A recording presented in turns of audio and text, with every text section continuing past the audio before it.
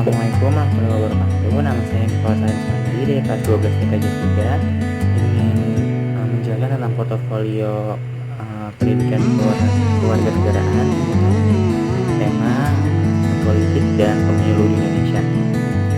Yang pertama yang saya akan bahas merupakan sistem suprastruktur dan infrastruktur di Indonesia. Sistem suprastruktur merupakan sistem suatu kesatuan dari unsur-unsur pembentukan baik yang berupa input maupun output yang terdapat dalam lingkungan, dan diantara unsur-unsur tersebut terjalin suatu hubungan yang fungsional. Dan juga ada beberapa ciri khas dari sistem politik yang membedakan dengan sistem sosial yang lain. Yang pertama, daya jangkaunya yang universal, meliputi semua anggota masyarakat. Yang kedua, adanya kontrol bersifat mutlak terhadap pemakaian kekerasan fisik. Yang ketiga, adanya hak membuat keputusan yang mengikat dan masyarakat. Yang keempat, keputusan bersifat komunitas, artinya menguasai legalitas dan kerelaan yang besar. Di Indonesia sendiri banyak sekali organisasi atau kelompok yang menjadi kekuatan infrastruktur politik. Akan tetapi jika diklasifikasi terdapat 4 kekuatan sebagai berikut. Yang pertama ada partai politik, yaitu organisasi politik yang dibentuk oleh sekelompok warga negara yang secara sukarela atas dasar persamaan kehendak dan cita-cita untuk memperjuangkan kepentingan anggota masyarakat, bangsa, dan melalui pemilihan umum.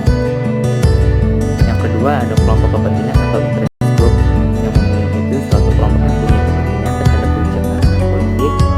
Kelompok kepentingan ini bisa menghimpun atau mengeluarkan dana dan tenaga untuk melaksanakan tindakan politik yang biasanya berada di luar tugas partai politik. Seringkali kelompok ini bergandengan erat dengan salah satu partai politik yang keberadaannya bersifat independen atau mandiri. Yang ketiga ada kelompok penekan atau pressure group, yaitu kelompok yang bertujuan untuk mengupayakan atau memperjuangkan keputusan politik yang berupa undang-undang atau kebijakan publik yang dibuat oleh pemerintah. Yang keempat ada media komunikasi politik, yaitu sarana atau alat komunikasi untuk melaksanakan proses penyampaian informasi dan mendapatkan politik yang tidak langsung, baik terhadap pemerintah maupun masyarakat pada umumnya. Definisi aturan pemilu di Indonesia. Yang pertama ada pengertian budaya politik, ini pola perilaku dari suatu masyarakat dan kehidupan bernegara, pelaksanaan administrasi negara, politik pemerintah, hukum, adat istiadat, serta norma kebiasaan yang dihayati oleh seluruh anggota masyarakat setiap harinya. Lalu pengertian pemilu. Pengertian pemilu sendiri ini pemilu merupakan bagian yang terpisah dalam pemerintahan yang menganut sistem demokrasi. Setiap negara-negara yang menganut sistem demokrasi senantiasa akan menyelenggarakan pemilu atau demokrasi. Berasal dari bahasa Yunani yaitu demos, artinya rakyat, dan karakter yang artinya kekuasaan. Lalu ke tahap-tahapan pelaksanaan pemilu. Yang pertama ada pendaftaran pemilu, yaitu untuk dapat ikut memberikan suara para calon pemilihan umum harus terdaftar. Lalu ada kampanye. Menurut UU nomor 23 tahun 2003 tentang pemilu, kampanye dilakukan selama 3 minggu dan berakhir 3 hari sebelum pemungutan suara. Kampanye merupakan ajakan dari para peserta pemilu.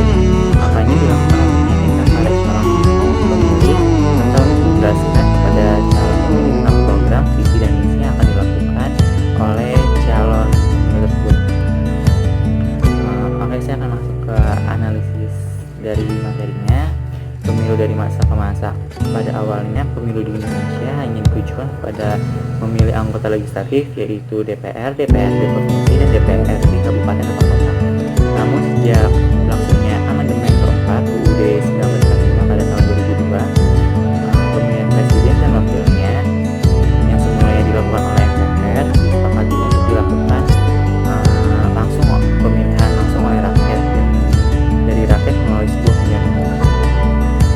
Pemilu periode lama atau yang tahun 1955. Pemilu 1955 merupakan tonggak sejarah pemilihan umum yang berlangsung di Indonesia. Pemilu 1955 adalah pemilihan pertama